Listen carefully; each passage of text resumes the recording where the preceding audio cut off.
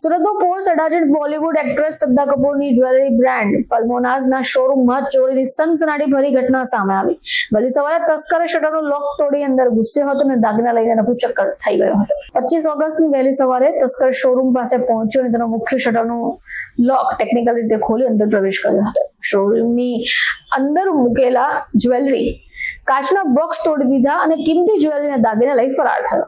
ચોરીની આ સમગ્ર કરતૂતો શોરૂમમાં લાગેલા સીસીટીવી કેમેરામાં કેદ થઈ છે, જેમાં સ્પષ્ટ ચિત્ર આવરણ છે. અડાજણ પોલીસ સ્ટેશનમાં પીઆઈ N.A. ચાવડાએ કહ્યું કે પલ્મોનાઝ જ્વેલર્સમાં તમામ પ્રોડક્ટ પર QR કોડ, બારકોડ સાથે લાઈવ સિસ્ટમ કાર્યરત છે.